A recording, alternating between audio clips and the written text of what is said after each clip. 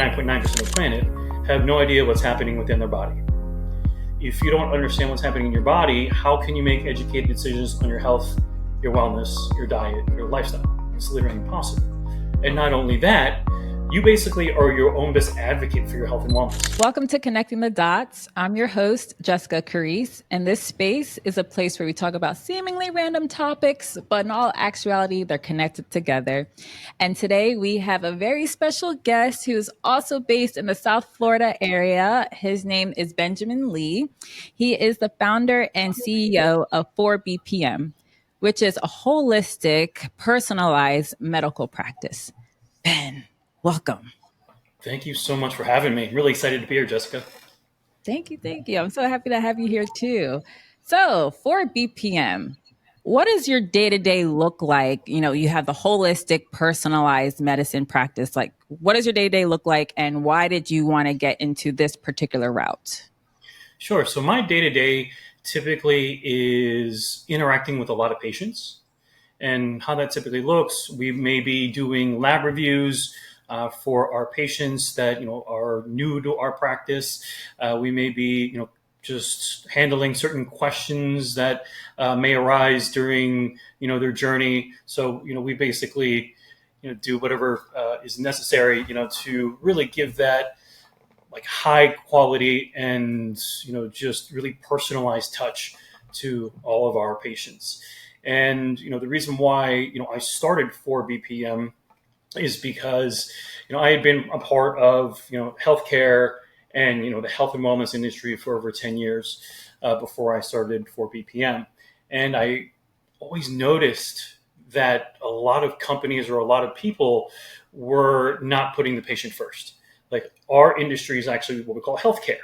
Like healthcare is actually in what we do on a daily basis. But there was that missing piece of people not really caring about, what the end result for the patient was. So a lot of the times they would either focus on just the money, the fame of being, that person trying to help people figure out what was wrong with them, or, just basically providing those, particular solutions. And, when I started 4BPM, I wanted to make sure that really the patient is basically a family member of 4BPM, right? Because you always care for family members so much more than just like individual that you don't really know.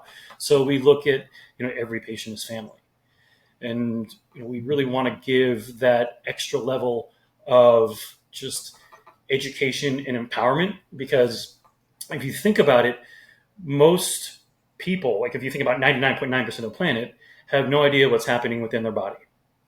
If you don't understand what's happening in your body, how can you make educated decisions on your health, your wellness, your diet, your lifestyle? It's literally impossible. And not only that, you basically are your own best advocate for your health and wellness. If you don't even know what questions to ask, or even like what they're sharing with you about, let's say, your particular condition, how can you properly advocate for yourself? So, what we do is we really focus on the educational component for our patients, because that really helps them to uncover what we call their own personal cheat code, so that they can reach their health and wellness goals so much more quickly, because there's no guessing or stabbing in the dark. And then also they know what they're doing on a daily basis is either getting them closer or farther away from their goals as well. So how do you incorporate the educational piece to, I guess, your patient care? Like, is that something when they come in and you guys explain things, or is there extra material for them? I guess, what does that look like for your patients? Yeah, so currently what we do is I currently walk everyone through their lab reviews personally. We're actually working on digitizing that process, because obviously from a scalability perspective, I can't do that, because it normally takes about 90 minutes to 2.5 hours sometimes, depending on if it's a blood lab or genetic lab. And to really get this, to more people, we're working on digitizing that process. So what we do, let's say with the blood labs, is we go through every single biomarker. So we test for about 57 of them. And then we tell, that patient, hey, this is what this biomarker is. Here's how it correlates to a specific function in your body. And here's how you're going to feel when you optimize it. because if you think about it, that's where the proverbial rubber meets the road, right? Once they understand that part of it, then then they can see, oh, if I do this, then this is what will happen. If I do this, this is what is going to happen. So they actually know the, I guess you could say, cause and effect of each of their decisions. So then they can make better educated decisions moving forward. That's really cool. That's really cool.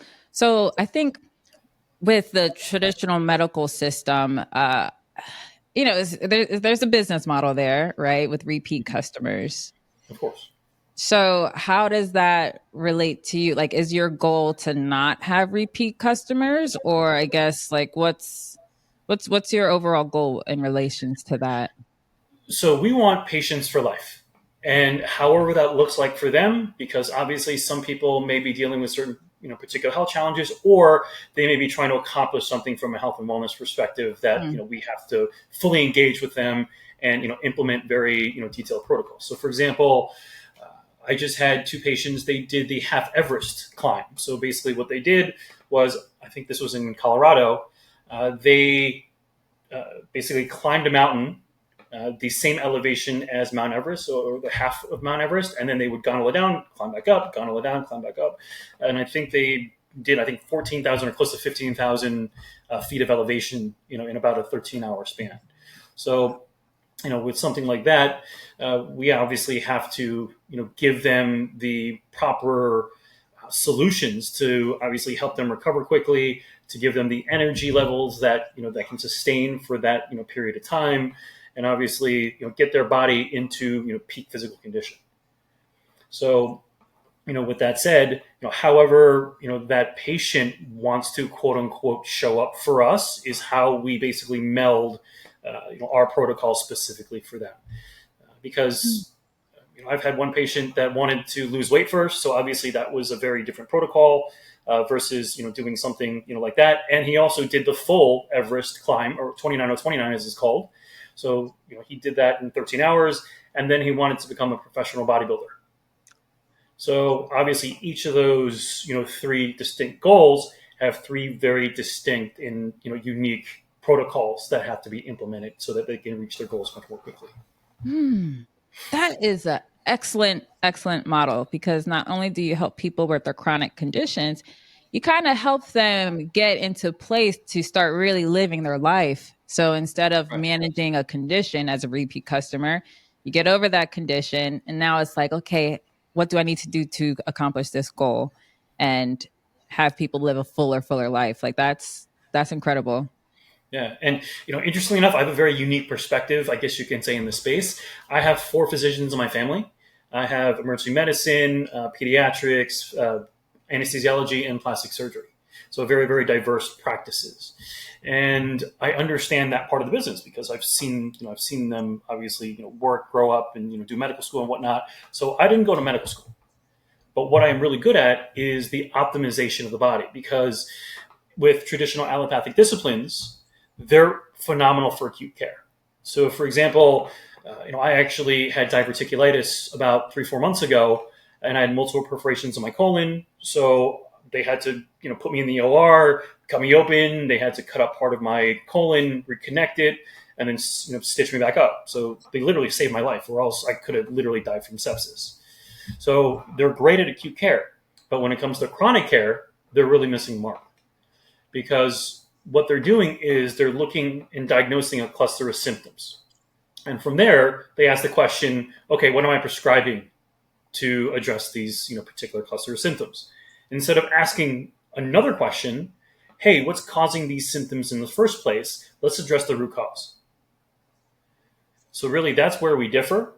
And that's really what drives and makes our application of, let's say, our protocols significantly different versus, the traditional allopathic disciplines, because we believe everybody's body is infinitely intelligent. It's going to tell you exactly what it needs as long as you know what questions to ask and how to interpret that data. And how we ask those questions is through diagnostic testing.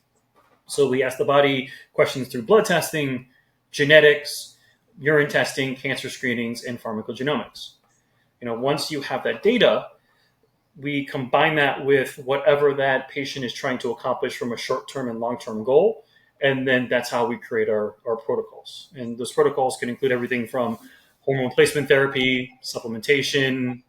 It can include diet plans, workout plans, peptides, regenerative medicine. So, I mean, we really do take a very holistic and comprehensive approach. And, we believe that there's so many different modalities that can help people. And, even to the point where, if you've ever heard of Dr. Joe Dispenza, he was a chiropractor that actually got hit by a truck during a triathlon, and he fractured his back in multiple places. Was told by three orthopedic surgeons that he would never walk again. They could do a surgery to help facilitate his quality of life, but he would never ever walk again.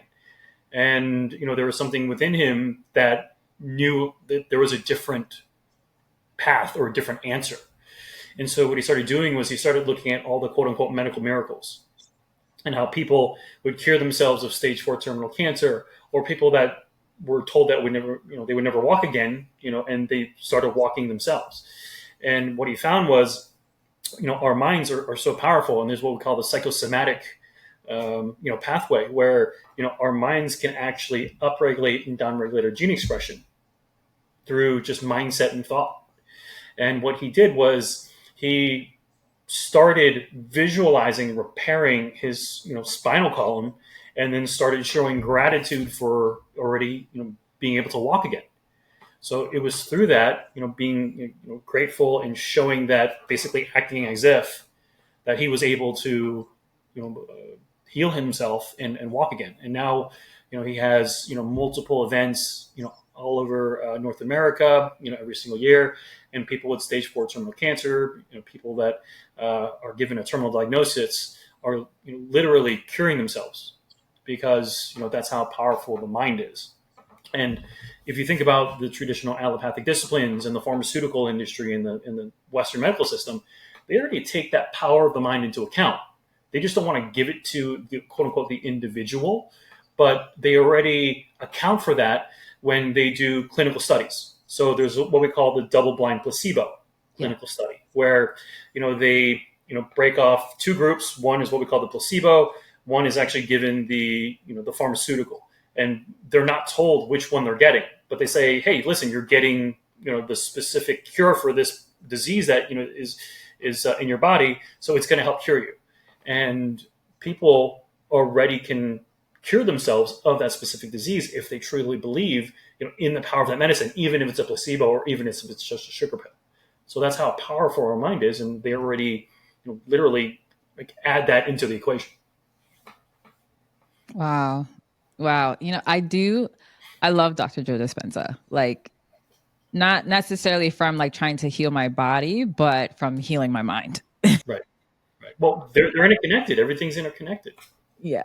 Yeah. Yeah. Like, my behavior is different. Like, the way how I process information is different. It's like, I think previously I felt like I had a lens over my eyes, like just doing some type of filter over whatever type of events would occur in the day, for an example. And it's like, as I was practicing gratitude and meditating and, some of the things that he outlines in his book, I definitely saw like changes immediately.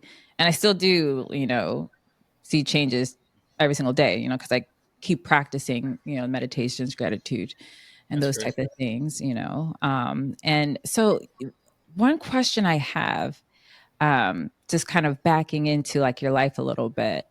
So, you're very, very, very knowledgeable about the different types of medical practices in the medical industry, but you didn't go to medical school, you said.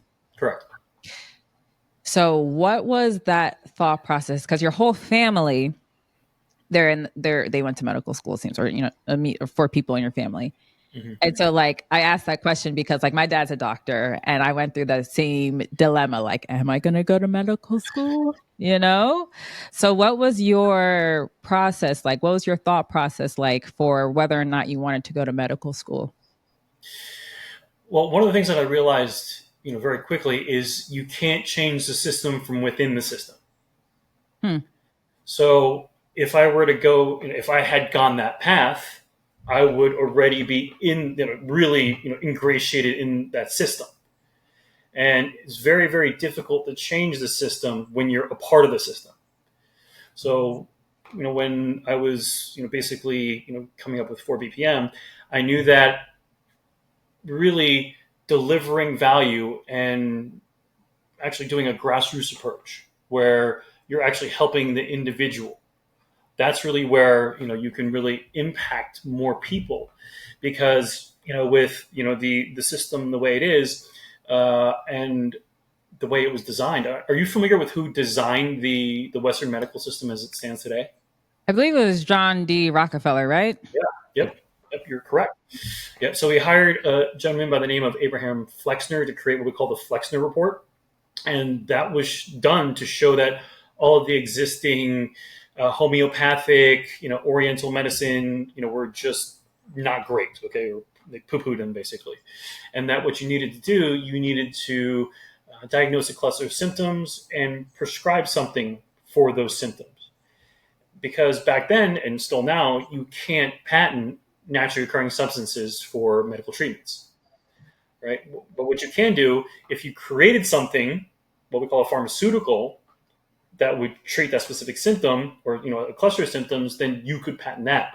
And what they actually manufacture pharmaceuticals from is petrochemicals, which Rockefeller had monopoly on until that was broken up, until Standard Oil was broken up.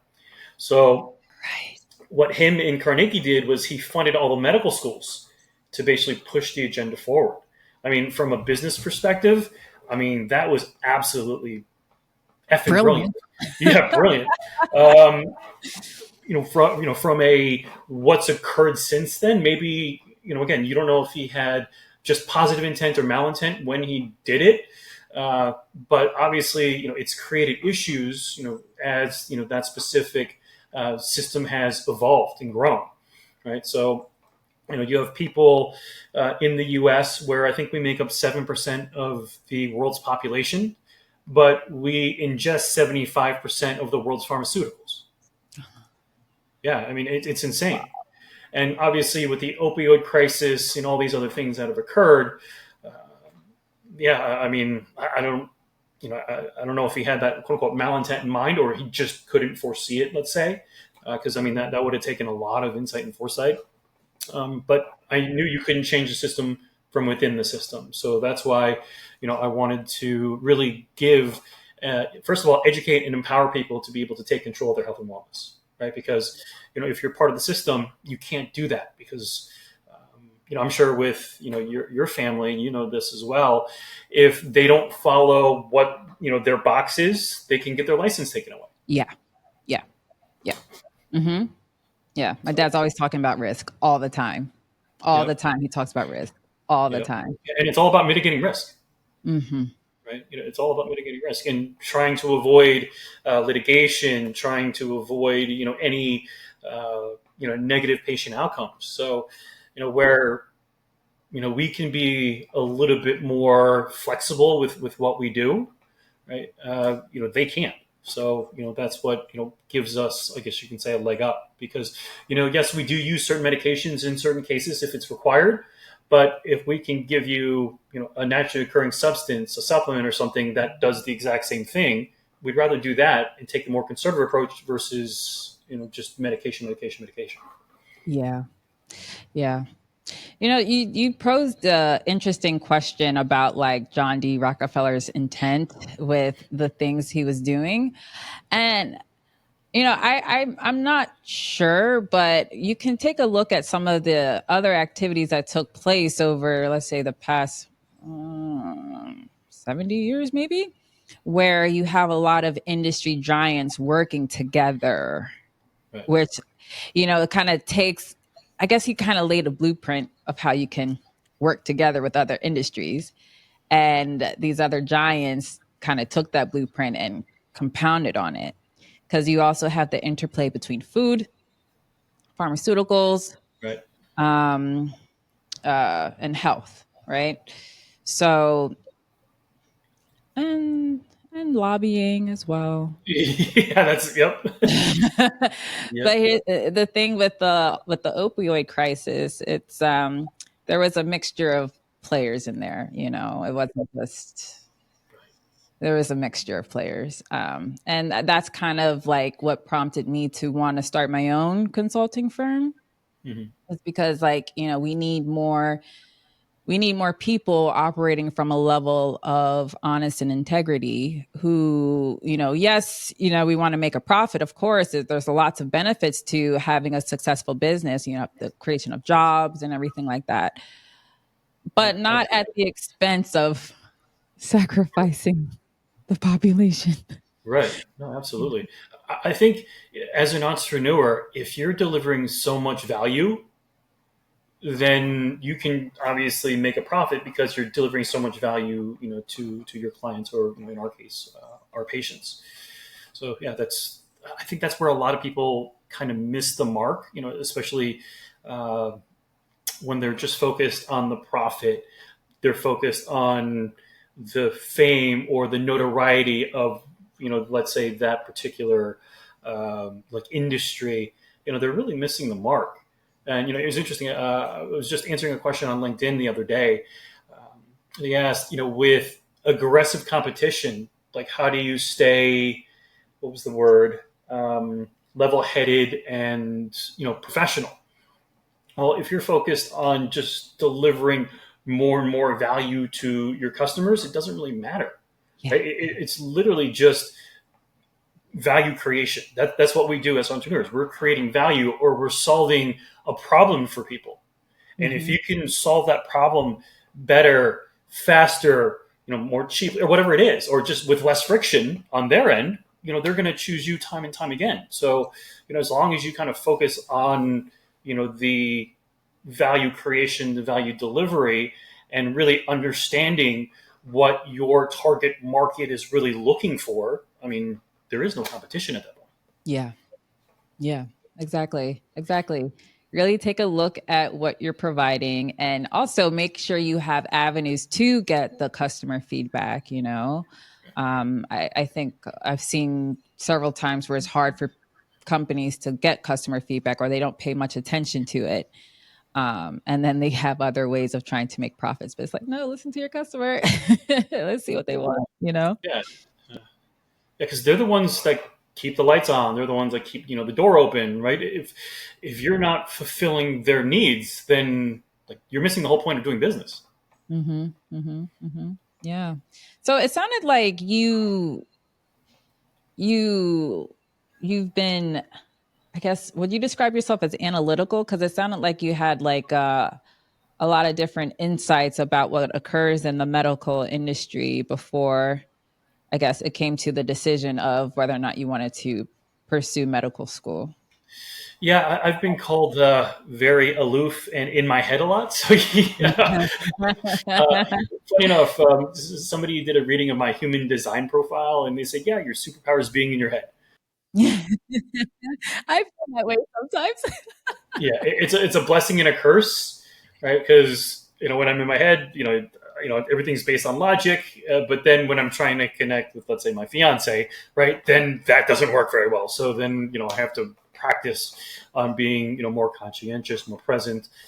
So it's a completely different skill set, when it comes to that. Hmm.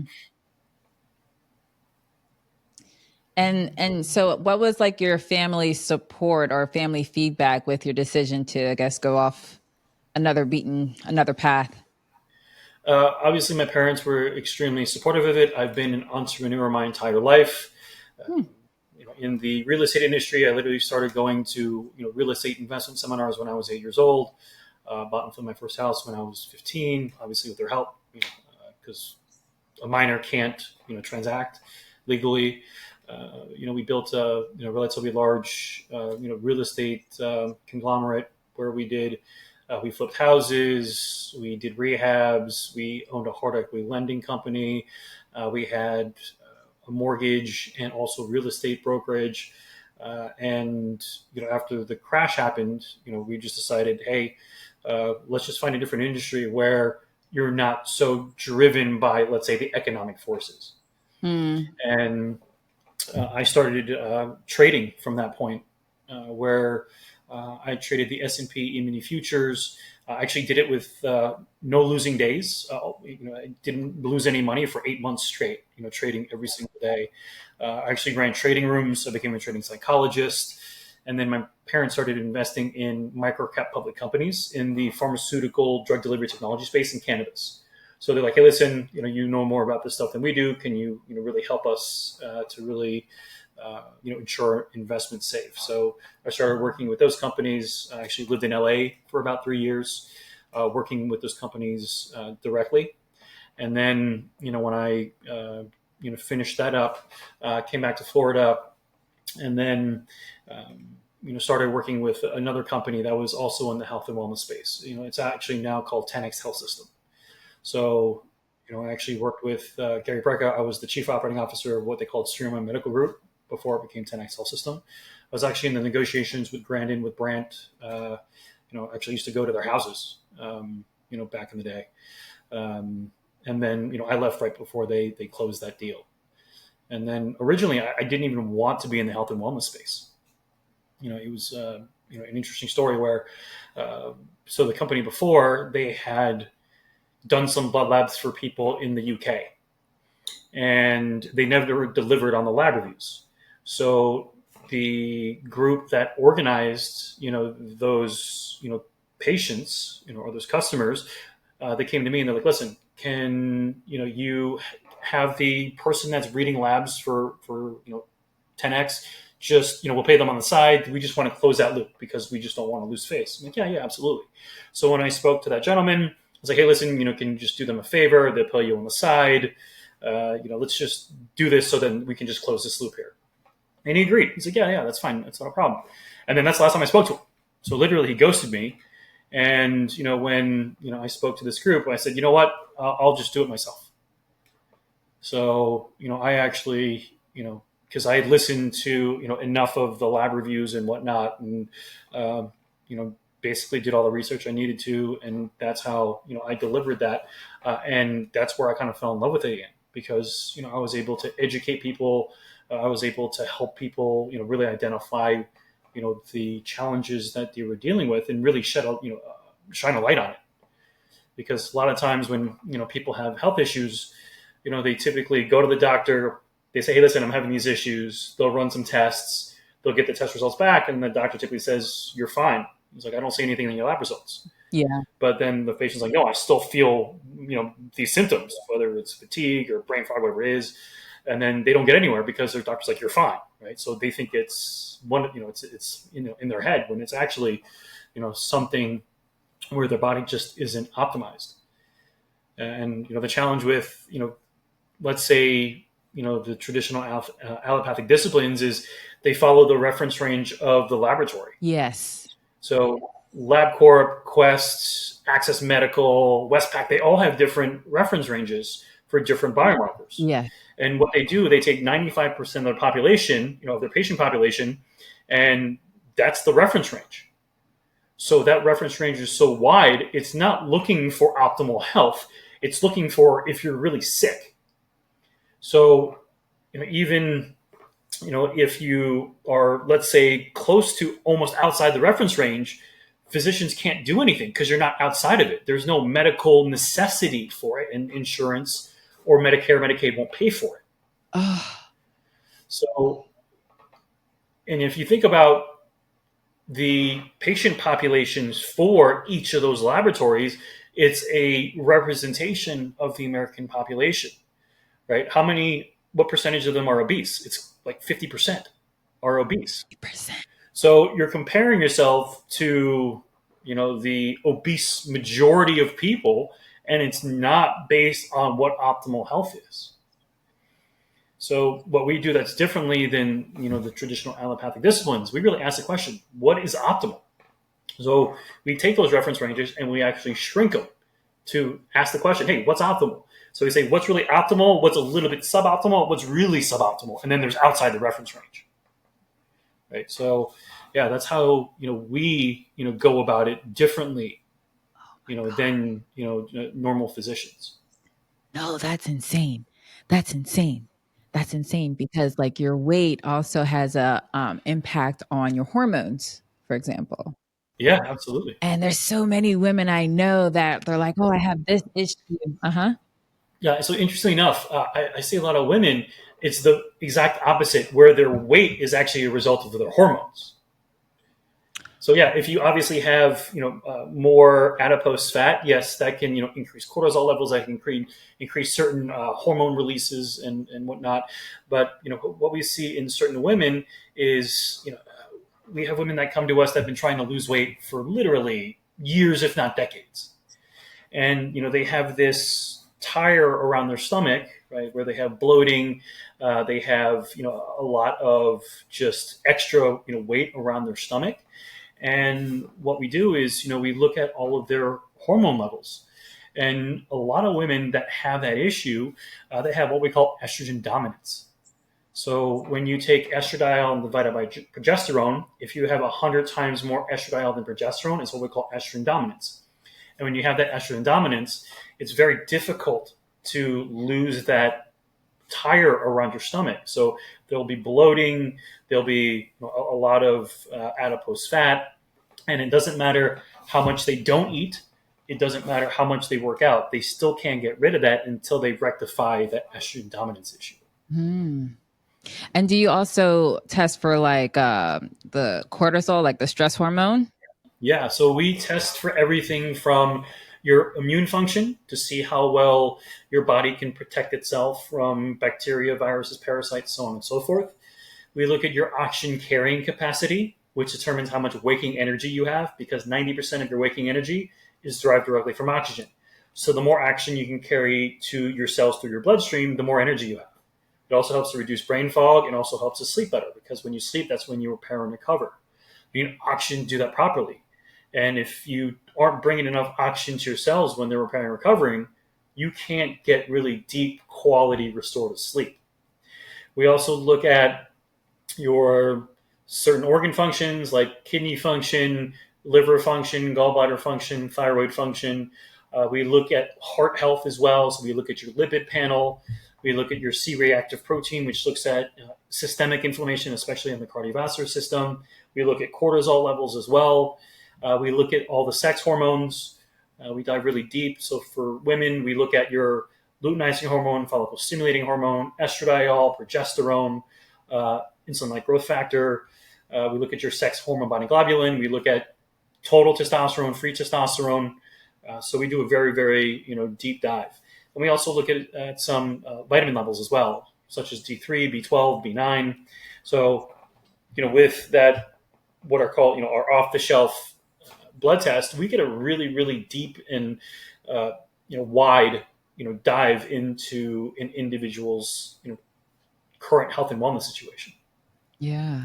And from there, based on the results, then we create the customized protocols, because a lot of people will come to us and even before they take the test, like, hey, what do you think I'm missing? I'm like, I can extrapolate based on your symptoms, but why guess if your body's going to tell us exactly what it needs anyways? So we always let the body tell us which path we're going to take. Yeah. Oh, that's, it's like you're kind of convincing me to come in, out of curiosity. Like, Yeah. I think like one of the things that I do measure is my energy level. It's something that I do pay close attention to, and I do tie it to like my sleep.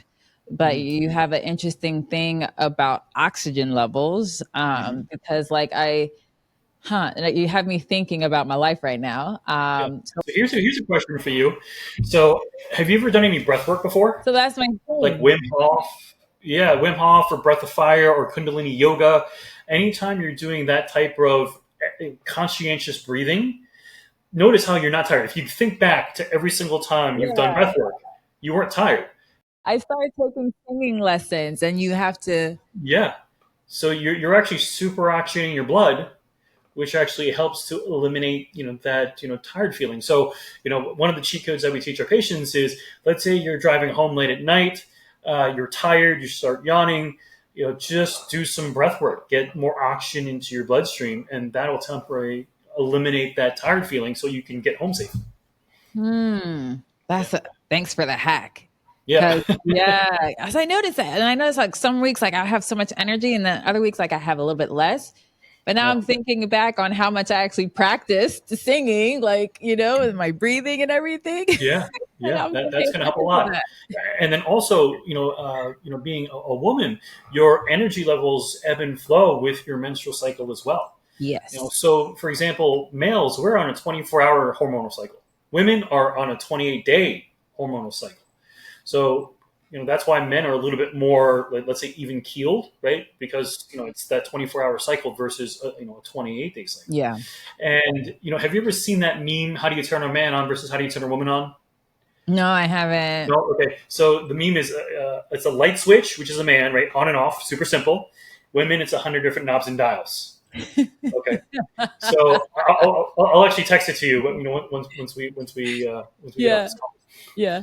And it's a lot of the same thing for hormones as well, because if you have a man that has low testosterone, they obviously have certain symptoms like brain fog, low energy, they can't build muscle properly, they don't burn fat, they're probably not sleeping that well. And once you give them testosterone and optimize it, on and off switch, right? They feel better almost 100% of the time. Whereas women, 100 different knobs and dials. So you could have two Mm, women with the exact same hormonal profile. One woman feels amazing, the other one feels like dog shit.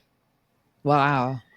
And Oh, that's so fascinating. and what we have to do through it's actually through process of elimination.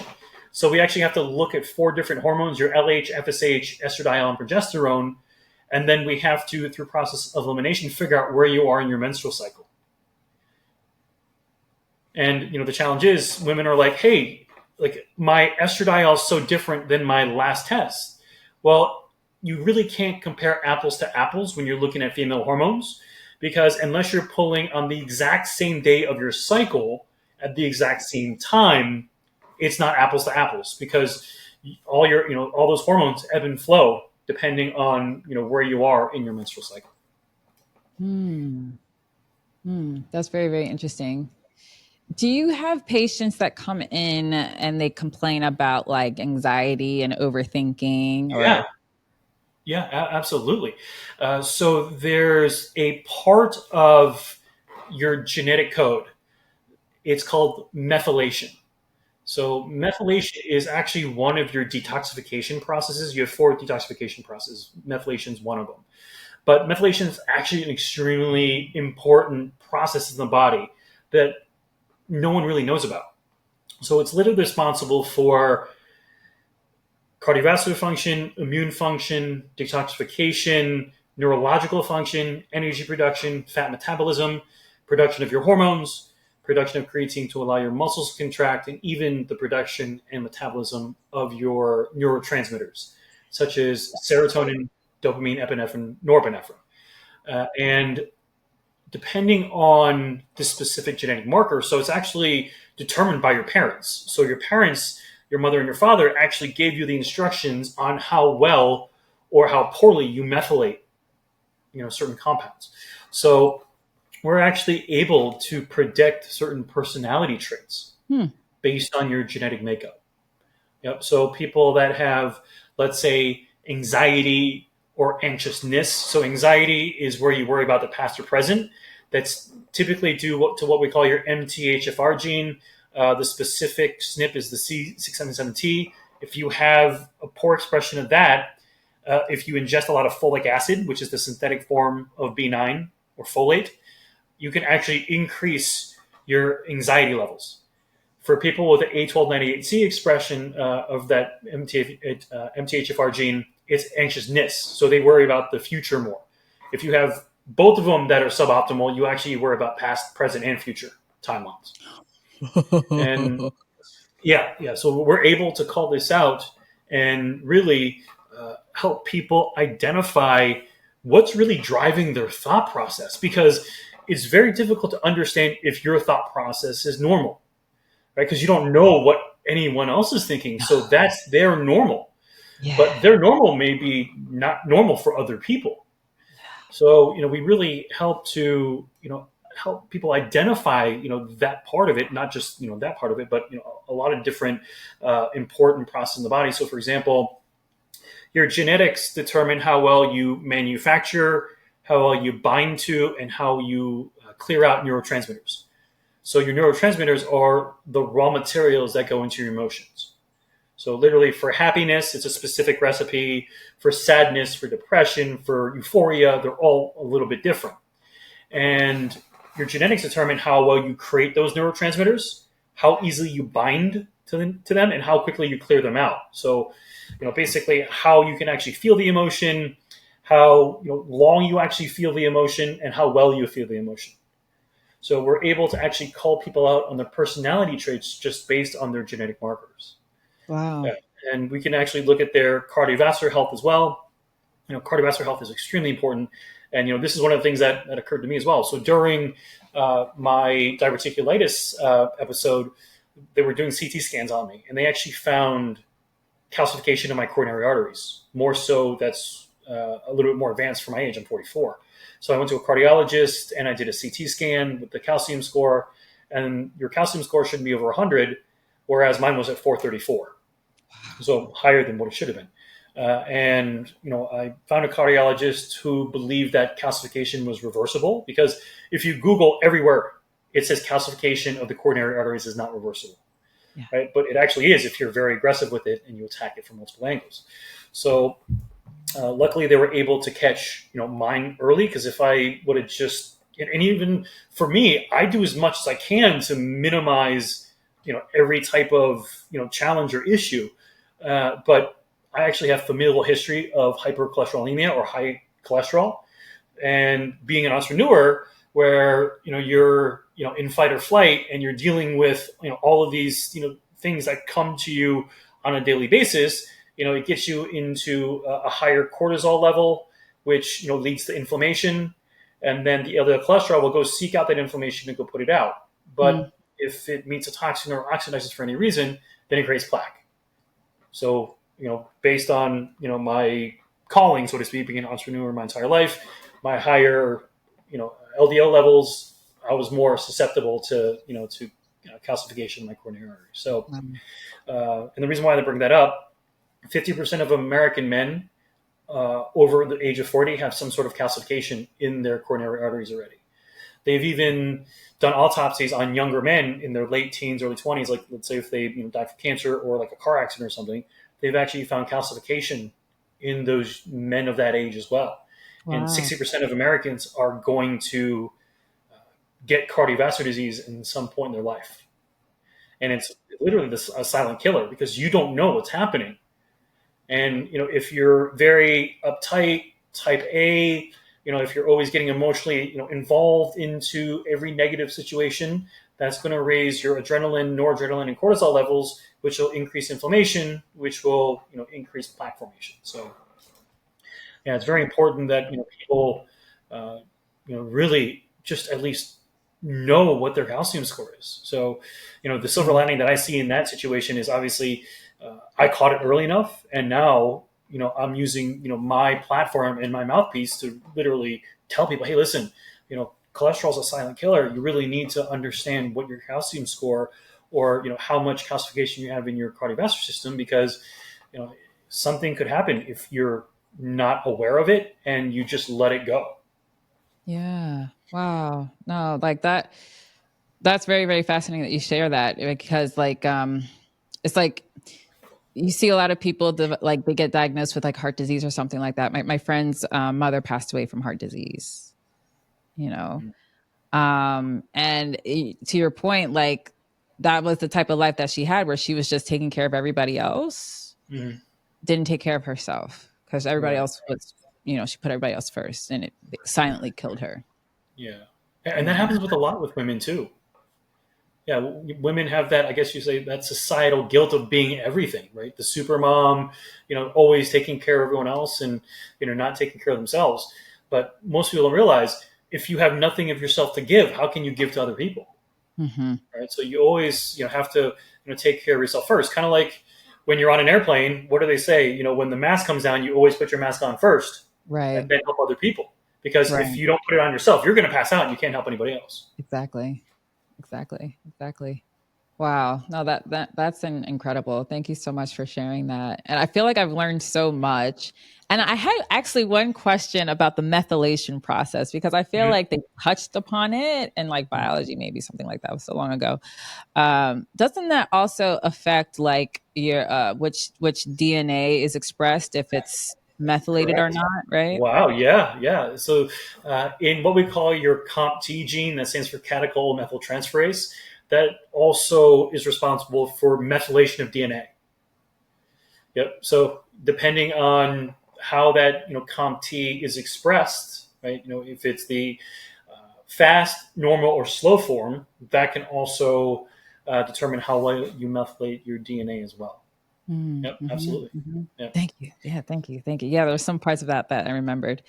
And then I feel like I had, yes, there was something else. Like had asked that question about anxiety and depression or anxiety and overthinking because I had done a video about how I overcame my anxiety and overthinking. And part of it was like I needed some supplements, for example, Mm-hmm. like vitamin D took a real big toll for like my energy levels, for example. And so Yep. it's like when I feel tired, I'm just like, oh my God, just going on and on about like how I feel tired and how it was like a kind of a self propagating, like I feel tired, so I can't do this. Oh my God, I can't do this.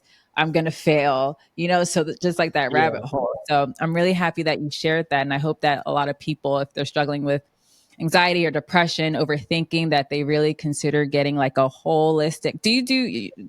You don't do remote type of things, right? Like No, people we have do. to Yeah, yeah, yeah. So, yeah. we do everything virtually.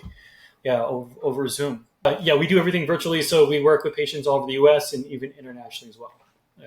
Yeah. Okay, that's wonderful. Yeah, because I definitely have viewers from everywhere. So, guys, if you have anxiety, depression, and you feel like something's off, Ben is your guy. He can do remote readings on your labs and everything because that is the purpose of this challenge for you to be that is the purpose of this channel for you to be your best self. And we have to make sure we're our best self up here and in our bodies because it all works together. Oh, that's so fun. Oh, that's wonderful, Ben. Yeah, and then what we can do as well is we help people connect the dots, as you say. Yes, that's right. And how can people find you? So our website is just number 4bpm.com. Super simple. Yeah, you can book a free consultation with me.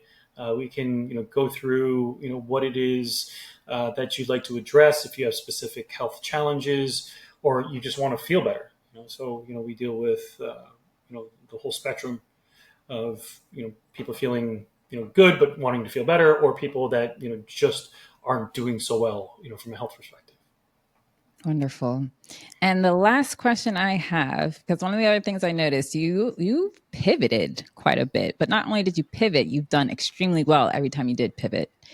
So, what advice would you give to people who are looking for some type of change? They want to do the pivot, but don't know how to get started. Oh, that's a great question. I think just deciding what you need to do and just taking massive action as quickly as possible is going to be the easiest thing, because if you sit there and overanalyze it, then you kind of get in that spiral of overthinking, and then, oh, what if it doesn't work, da da da da da. At least you start building momentum as quickly as possible, and you can always make minor corrections once you're on your path, so to speak. So just because you decide to move a certain direction right now doesn't mean that's going to be the direction exactly for the rest of, let's say, the time you're running that particular venture. You may pivot a little bit. You may just make a 1 degree turn, and obviously the outcome when you go miles and miles down is a completely different result. So just make a decision, just go, and yeah, just create that momentum, and just know that you can kind of build the plane as you're flying it, so to speak. I realized like in my journey of entrepreneurship, that's literally what everybody's doing. We're all figuring out each day, like Yeah, as we go along, so we have the progress. Oh, that's excellent advice. Oh man, this was wonderful. Thank you so much, Ben. Like, thank you so yeah, much for thank coming you. on my show and educating people too, So this is fantastic. Thank you so much. Yeah, my pleasure. And funny enough, I wanted to be a teacher at first, but then I realized how much it didn't pay. So I was just like, you know what? Let me find a different path to still be able to educate people. And yeah, just really blessed to be able to have found this particular path. So I can help so many people, uh, and really change people's lives. Yeah. Yeah. Well, that's the goal. We all want to live our best life and be the best that we can be. Yeah, absolutely.